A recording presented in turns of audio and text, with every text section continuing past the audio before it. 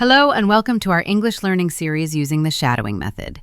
In today's lesson, we have chosen the story, The Tale of Peter Rabbit, for our practice. During this lesson, you will listen carefully and practice shadowing, and you will also learn the meanings of the key vocabulary used in the story. Take your time, listen closely, and repeat naturally. Now, let's begin. Listen carefully, repeat after me.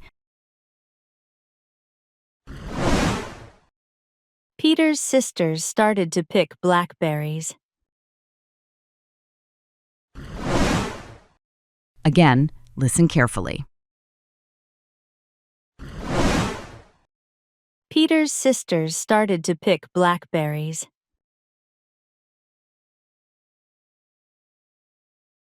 Now, your turn.